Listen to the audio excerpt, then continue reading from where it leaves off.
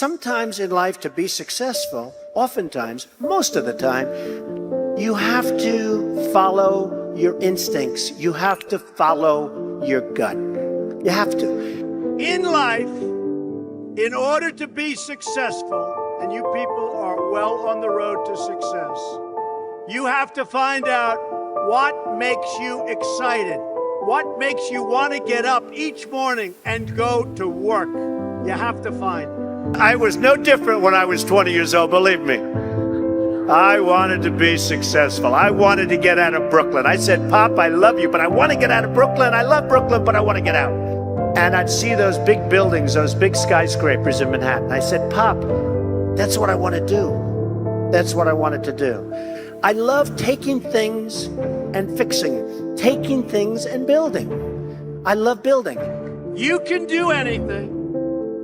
You can be anything you want to be, but in order to succeed, you must find out what you love to do.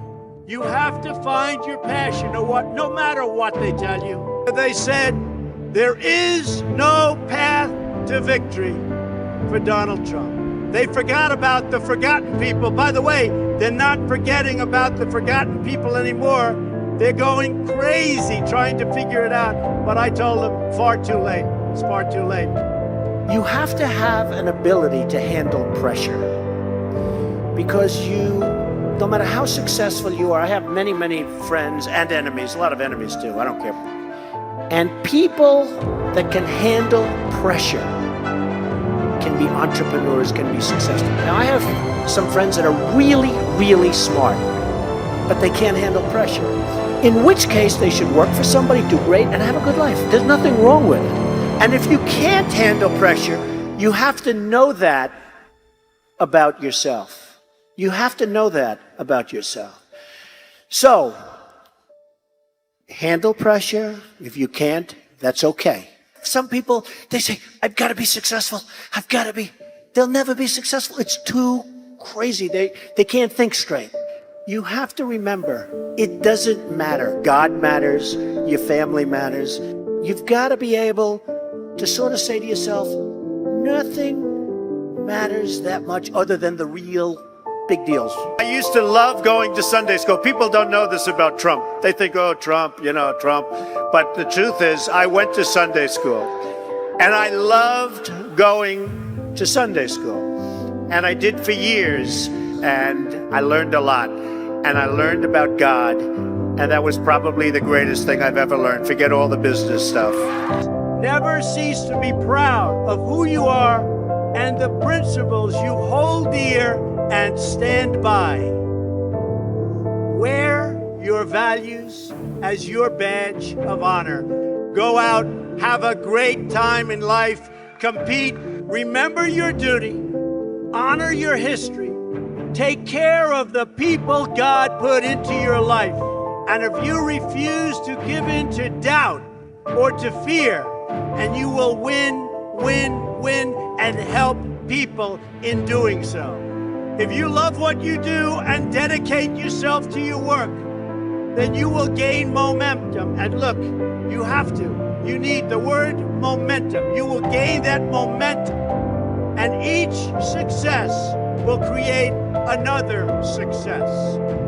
I'll tell you a story that's very interesting for me. When I was young, there was a man named William Levitt, and he was a very successful man. And he built homes, and at night he'd go to these major sites with teams of people, and he'd scour the sites for nails and sawdust, and they'd clean the sites so when the workers came in the next morning, the sites would be spotless and clean. And he did it properly. And he did this for 20 years, and then he was offered a lot of money for his company. And he sold his company for a tremendous amount of money. And he went out and bought a big yacht. And the company that bought his company was a big conglomerate. And they didn't know anything about building homes, and they didn't know anything about picking up the nails and the sawdust and selling it and the scraps of wood. This was a big conglomerate based in New York City. And after about a 10-year period, they were losing a lot with it. So they called William Levitt up. And they said, would you like to buy back your company? And he said, yes, I would. He so badly wanted. He got bored with this life of yachts and sailing and all of the things he did in the south of France and other places. He bought back his company, and he bought back a lot of empty land. And he worked hard on getting it zoning, and he worked hard on starting to develop. And in the end, he failed, and he failed badly. Lost all of his money. He went personally bankrupt. And I saw him at a cocktail party. And it was very sad because the hottest people in New York were at this party. And I see, sitting in the corner, was a little old man who was all by himself. Nobody was talking to him. I immediately recognized that that man was the once great William Levin of Levittown. And he explained what was happening and how bad it's been and how hard it's been. And I said, what exactly happened? Why did this happen to you? And he said, Donald, I lost my momentum. A word you never hear when you're talking about success. When some of these guys that never made 10 cents, they're on television giving you things about how you're going to be successful. And the only thing they ever did was a book and a tape. It was very sad, and I never forgot that moment. And I thought about it, and it's exactly true. He lost his momentum. In life, I always tell this to people,